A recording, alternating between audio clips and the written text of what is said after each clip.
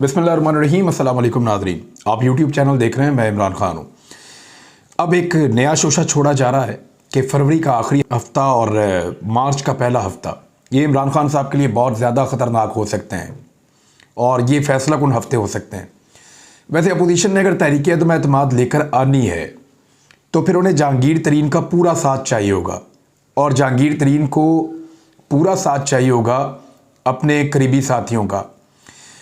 इमरान खान साहब को इतनी पॉलिटिक्स तो समझ आ गई है कि किस वक्त किस आदमी को क्या दिया जाए, तो वो जो हरकत करने वाला है वो नहीं करेगा। जहांगीर तरीन का सारा मामला कोई इमरान खान को हटाने का नहीं है, वो हटाना भी नहीं चाहते।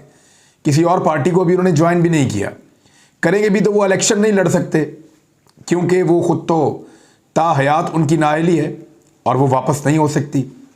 तो ऐसी सूरत में जहांगीर तरीन सिर्फ और सिर्फ अपने कारोबार, अपना बिजनेस और जो उनके ऊपर केसेस हैं, इन मामलात को टैकल करना चाहते हैं। मनी लॉन्ड्रिंग के संगीन इल्ज़ामात हैं उन पर और उनके बेटे पर। शहबाज शरीफ साहब के मुकदमे से मिलता जुलता मुकदमा है। शहबाज शरीफ साहब का तो बहुत क्लैरिटी है मुकदमे के अंदर। यहाँ तो बंदे पकड़े गए हैं, छोटे छोटे अकाउंट होल्डर्स हैं, बेचारे गरीब लोग, उनके अकाउंटों में अरबों रुपए आ गए हैं। ये तो बहुत क्लियर हो गया है। उधर जहांगीर तरीन साहब के मामलात भी मुख्तलिफ नहीं हैं और वो ये चाहेंगे कि उनको कुछ रिलीफ इमरान खान साहब की हुकूमत दे और वो उसी के लिए मुलाकात करेंगे जिससे भी करेंगे। एक बड़ी और अहम खबर मैं आपको बताता हूँ और इसके ऊपर मैं काम कर रहा हूँ पिछले काफ़ी दिनों से। आने वाले दिनों में मैं आपको नाम भी बताऊँगा जब सबूत मेरे पास आ जाएंगे। लेकिन खबर मेरे पास ये है कि एक मीडिया हाउस का ऑनर है, मालिक, और ये अगर वो सुन रहा है तो उसको पता है कि मैं उसी के बारे में बात कर रहा हूं। एक मीडिया हाउस है पाकिस्तान में, उसका मालिक है और उसने सीआईए के लोगों से मुलाकात की है। सीआईए के लोगों से मुलाकात के बाद वो अमेरिकन कॉन्सुलेट में मुलाकात के लिए गया है। वहां से उसने इंस्ट्रक्शंस मजीद हासिल की हैं। इस शख्स को बहुत बड़ी सपोर्ट भी दी जा रही है। कुछ अर्सा पहले ये बैरून मुल्क दौरा भी करके आया था और अब इसी मीडिया ऑनर को, मीडिया हाउस के मालिक को देखा गया कि ये फौरी तौर पे कराची जाता है, वहाँ पे ये जरदारी साहब से मिलता है। यही मीडिया ऑनर जो है ये शहबाज शरीफ साहब से भी मिला, यही मुस्लिम लीग काफ की क़यादत से भी मिला और बाकी लोगों से भी मिल रहा है। तो ये एक पूरा प्लान है। इमरान खान साहब जो चाइना और रशिया के करीब होते चले जा रहे हैं, अब अमेरिका को एक आंख नहीं भा रहे। सीआईए ने अपने लोगों को मुतहरिक कर दिया है। यही जो मीडिया ऑनर है उसने मुख्तलिफ मीडिया पर्सन्स के दरमियान एक कोऑर्डिनेशन कायम की हुई है और बहुत सारे ऐसे सहाफ़ी जो एंटी इमरान खान हैं, जब बाकी पॉलिटिकल पार्टीज़ के बेनिफिशरीज हैं, उनको भी अपने पास इकट्ठा किया हुआ है। ये शख्स दिन रात इसके ऊपर काम कर रहा है, सीआईए के लिए काम कर रहा है, अमेरिका के लिए काम कर रहा है और अपोजिशन को इसने यकीन दिलाया है कि हर किस्म की बैरूनी सपोर्ट आपको मैसर आएगी जो आप चाहेंगे। यानी फैटफ के अंदर पाकिस्तान को दबाव डाला जा सकता है। आलमी सतह पे ऐसी रिपोर्टें आ सकती हैं जो पाकिस्तान के लिए परेशान कुन हो। ऐसे सर्वेज आ सकते हैं जो जिसमें लगे कि पाकिस्तान बिल्कुल ही बर्बाद हो गया, कुछ पल्ले नहीं रहा। बहुत सारी चीज़ें ऐसी हो सकती हैं जो इमरान खान पे प्रेशर डालेंगी, फिर मीडिया टैक्टिक्स अलग चलेंगे। तो ये एक मीडिया हाउस का ऑनर है और वो ये गेम कर रहा है। आने वाले दिनों में ये चीज़ और क्लियर हो जाएगी। मेरी इंफॉर्मेशन के मुताबिक प्राइम मिनिस्टर ऑफ पाकिस्तान को इसके बारे में आने वाले दिनों में ब्रीफिंग दी जाएगी और बताया जाएगा कि ये कौन शख्स है और क्या कर रहा है। रशिया के दौरे से पहले और दौरे के फौरन बाद ये बड़ी अहम एक्टिविटीज़ कर रहे हैं। यही शख्स कुछ और ग्रुप से भी मिला है, कुछ एमएनए से भी मिलने की कोशिश कर रहा है ताकि तहरीक अदम एतमाद के अंदर अमेरिकन इन्फ्लुएंस और उनका पैसा जो है उसको इस्तेमाल किया जा सके। तो अब काफ़ी चीज़ें मेरे ख्याल में मैंने बता दी हैं और आने वाले वक्त में मज़ीद क्लैरिटी इन चीज़ों के अंदर आ जाएगी। मुझे बड़ा अहम मेरा एक सोर्स है जिसने ये सारी इंफॉर्मेशन दी है और मैं उम्मीद करता हूँ कि प्राइम मिनिस्टर को या जो इदारे हैं पाकिस्तान के, उनको इसके बारे में मालूम होगा।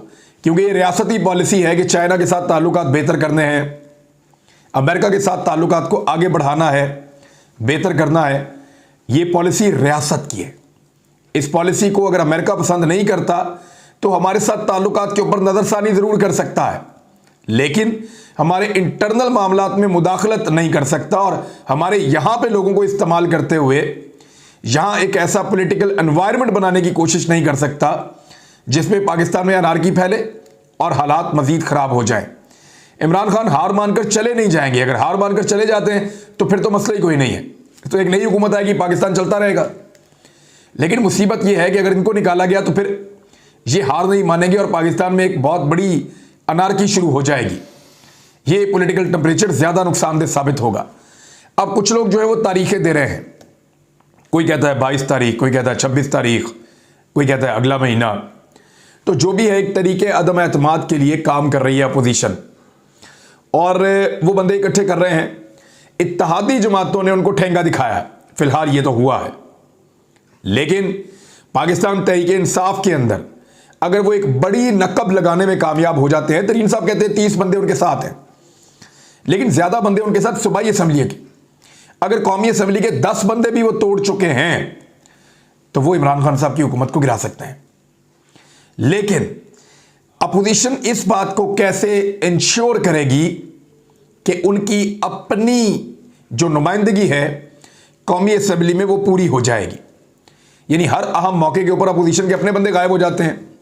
अगर वो इमरान खान साहब के बंदों को घेर घार के ले आएंगे और इन्फ्लुएंस, अमेरिका का पैसा और बाकी सारी चीजें अगर इस्तेमाल भी हो जाती हैं, फर्ज करें, तो इसमें क्या होगा? इसमें तहरीक एतमाद के लिए पाकिस्तान तहरीक इंसाफ के लोग तो इमरान खान के खिलाफ खड़े हो जाएंगे, लेकिन वो लोग जो हर बिल के मौके पर गायब हो जाते हैं अपोजिशन के, अगर वो उस दिन गायब हो गए तो ये अपोजिशन के लिए उससे ज्यादा बड़ा एक चैलेंज होगा। ये है वो अहम तरीन मामला जो इस हफ्ते चल रहे हैं। PSL से एक और बड़ी अहम खबर है, लेकिन वफाकी वज़रा का अभी भी ये कहना है कि वफाकी हुकूमत पुरुमीद है कि जहांगीर तरीन पार्टी को कभी नुकसान नहीं पहुंचाएंगे। उनके साथ एहतराम का रिश्ता है, ताल्लुक है। और मैं आपको सीरियसली ये बताऊं कि अगर इमरान खान साहब के खिलाफ तहरीक एतमाद आ रही होगी ना, तो जितना मैं जहांगीर तरीन और इमरान खान के ताल्लुक को जानता हूं कि इमरान खान साहब एक फ़ोन करेंगे जहांगीर तरीन को और वो मिलने के लिए जाएंगे तो तहरीक एतमाद वहीं पर ठोस हो जाएगी। याद रखिएगा मेरी बात। लेकिन उस वक्त सारे के सारे ये कह रहे होंगे कि जहांगीर तरीन से मिल गए, चोर से मिल गए, डाकू से मिल गए। लेकिन उससे पहले आप ये देखें कि जहांगीर तरीन की सबके साथ मुलाकातें हो चुकी हैं और सब उसे खुफिया रखना चाहते हैं फिलहाल के लिए। वज़ीर-ए-आज़म पाकिस्तान कराची का दौरा करने जा रहे हैं। ये एक अहम दौरा हो सकता है। लॉ एंड ऑर्डर के हवाले से भी हालात बहुत ख़राब हैं। ख़ासतौर पे हमारा बड़ा प्यारा एक दोस्त है तारिक मतीन साहब, उनके भाई अतर मतीन का वहाँ कत्ल हुआ है और वो एक हीरो है, एक शहीद है, जिसने देखा कि लोग डकैती कर रहे थे, उसके पास हथियार नहीं था, उसने अपनी गाड़ी ले जाके बीच में मार दी और उन डाकुओं ने गाड़ी पे फायरिंग कर दी। 3 गोलियां उन्हें लगी हैं, 2 कॉल पुलिस वालों को मिले हैं। अब पुलिस ये क्लेम कर रही है कि वो डाकुओं के बहुत करीब पहुंच गए हैं और बहुत जल्दी गिरफ्तार कर लेंगे। तारिक मतीन ने कॉल दी है कि वो एहतजाज करेंगे, हर लेवल तक जाएंगे, अकेले भी होंगे फिर भी मुकाबला करेंगे, लेकिन उनको इंसाफ चाहिए, उनको उनके भाई के कातिल चाहिए, वो उनको सजा दिलवाना चाहते हैं।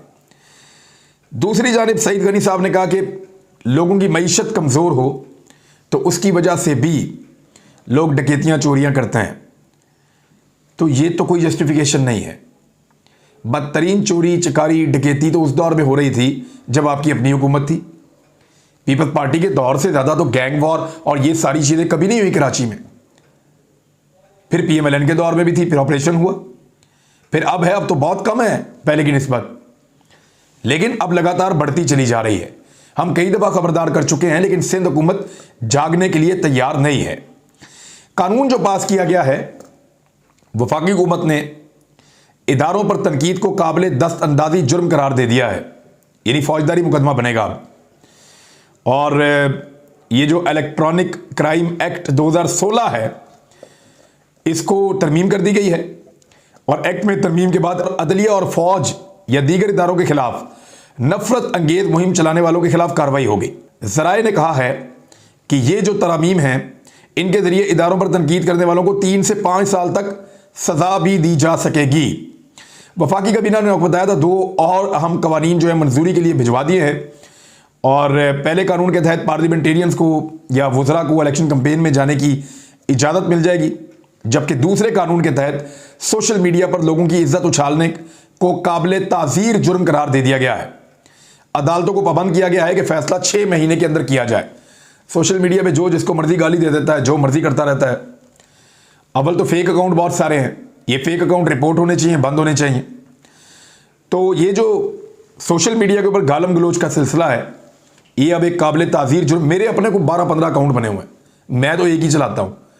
इसके लगभग 2 मिलियन फॉलोअर्स हैं और बाकी मेरे अकाउंटों में किसी का 50,000 है, किसी का 70,000 है, किसी का 1.5 लाख है। वो लगातार अकाउंट्स चल रहे हैं और पता नहीं कौन चला रहा है, मुझे तो पता भी नहीं है।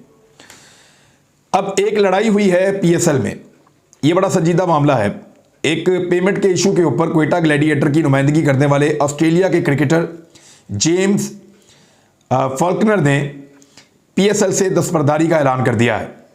उन्होंने ट्विटर के ऊपर जो मौक़िफ़ दिया, पहले वो सुन लें, फिर आपको असल बात बताता हूं कि ये ऑस्ट्रेलिया का खिलाड़ी जेम्स वापस क्यों जा रहा है।